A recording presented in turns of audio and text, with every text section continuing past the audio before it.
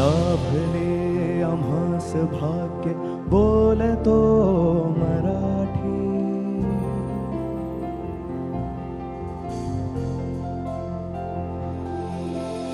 लाभले आम्हास भाग्य बोलतो मराठी.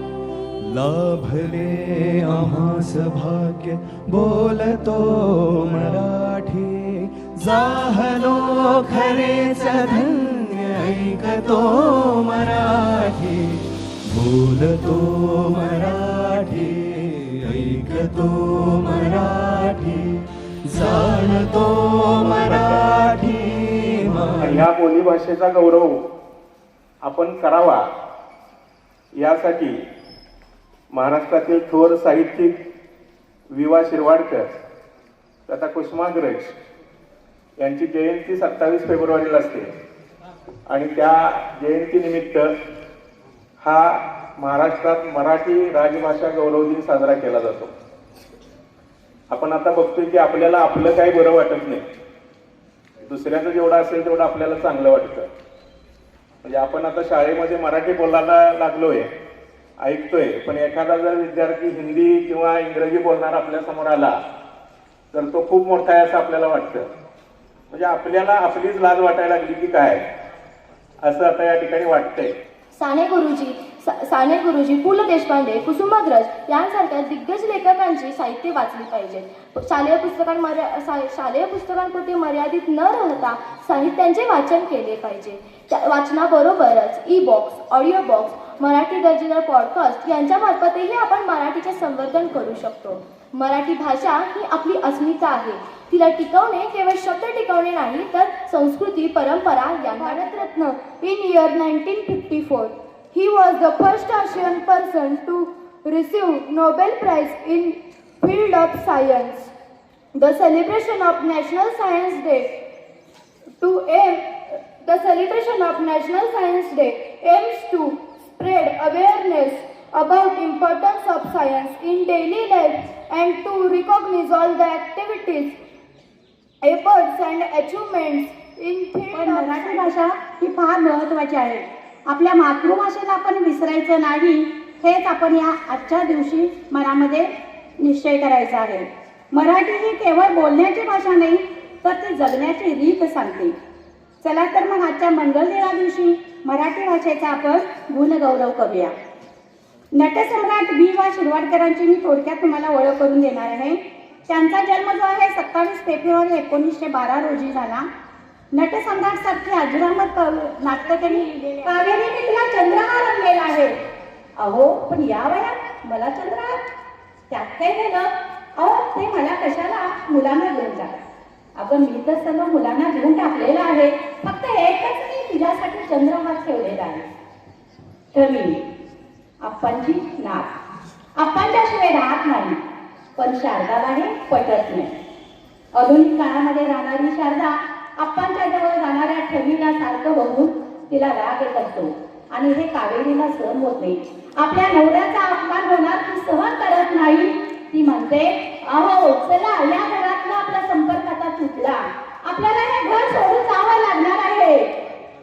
आप्पा, कावेरी असं कसं? नाही, ज्या घरात माझ्या नवऱ्याला स्थान नाही त्या घरात मी राहणार नाही. चला. दोघंही बोचकं घेतात आणि दुसरा शोध घ्यायचा आहे. आणि इन्व्हेन्शन म्हणजे आपली जीवन पद्धती सुलभ करण्यासाठी आपण जे नवीन नवीन शोध, नवीन कल्पनिकता, नवीन क्रिएटिव्हिटी निर्माण केलेली आहे त्याला म्हणायचं असतं इन्व्हेन्शन. विद्यार्थी मित्रांनो, अगदी उत्क्रांतीच्या काळापासून ते चंद्रावर पाय ठेवण्यापर्यंत प्रत्येक क्षणाला निसर्ग आपल्याला वेगवेगळे धडे देत असतो. त्यातलाच पहिला म्हणजे उत्क्रांतीचा सिद्धांत जेव्हा चार्ल्स डार्विन यांनी मांडला, त्याच वेळी निसर्ग आपल्याला सांगतो की तुम्हाला जर निसर्गामध्ये राहायचं असेल.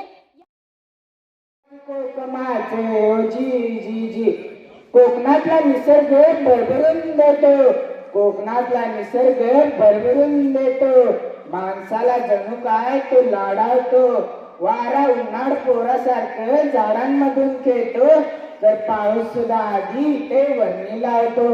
निसर्गाची देखणी माया निसर्गाची देखणी माया साधी किमया भाषा घेई वळण गोड मलमूत्राची त्याच्यात भेसळ मलमूत्राची त्याच्यात भेसळ जनावरही नदीत घुसळ जनावरही नदीत घुसळ मिसळून घुसळून प्रदूषित केलं आम्ही पिण्याचं पाणी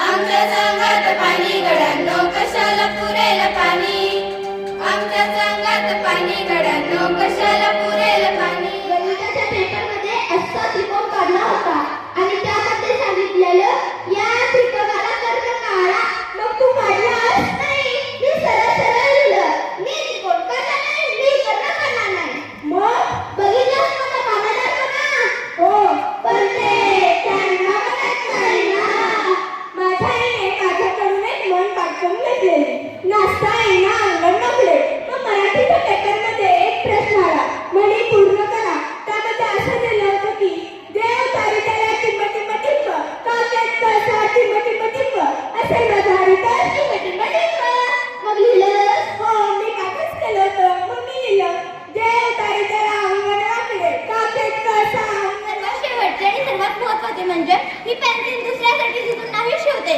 पण आपण जे लिहून ठेवलेलं असतं ते मागेच ठेवून जाते ना आपण जे लिहून ठेवलेलं असतं ते मागेच ठेवून जाते ना त्याचप्रमाणे आपण देखील अशी काही कार्य केली पाहिजे की आपल्या नंतरही ते आपल्या आठवणीत राहतील लोक त्याला चिंतवण करतील लोक त्या कार्याची स्तुती करतील समर्थांनी म्हटल्याप्रमाणे मरावे परी कीर्तिरूपी उरावे मरावे परी कीर्तिरूपी उरावे आणि याप्रमाणे आपण देखील अशा काही आपल्या आठवणी खूप मागे ठेवून गेली पाहिजेत असे काही कर्तृत्व गाजवायला हवं की आपल्या मागेही लोक त्याला नेहमी लक्ष आवडीचं पुस्तक आहे माझं ते बायबल पडली डबक्यात रेशमा पाय पुसणे असली पुस्तकं कशाला लागतात तुला अगं आवडतात ग मला खूप बस आणखी काय आहे ही कशाला लागते अगं ती माझ्या पुढे मुलगी बसते ना तिच्या पाठीवर मी गाढव आहे अशी चिठ्ठी चिटकवायला तू गाढव आहेस तर तिच्या पाठीवर कशाला चिटकवायचं आहे अरे मी म्हणजे ती कशी असेल ती म्हणजे ती तू म्हणजे तू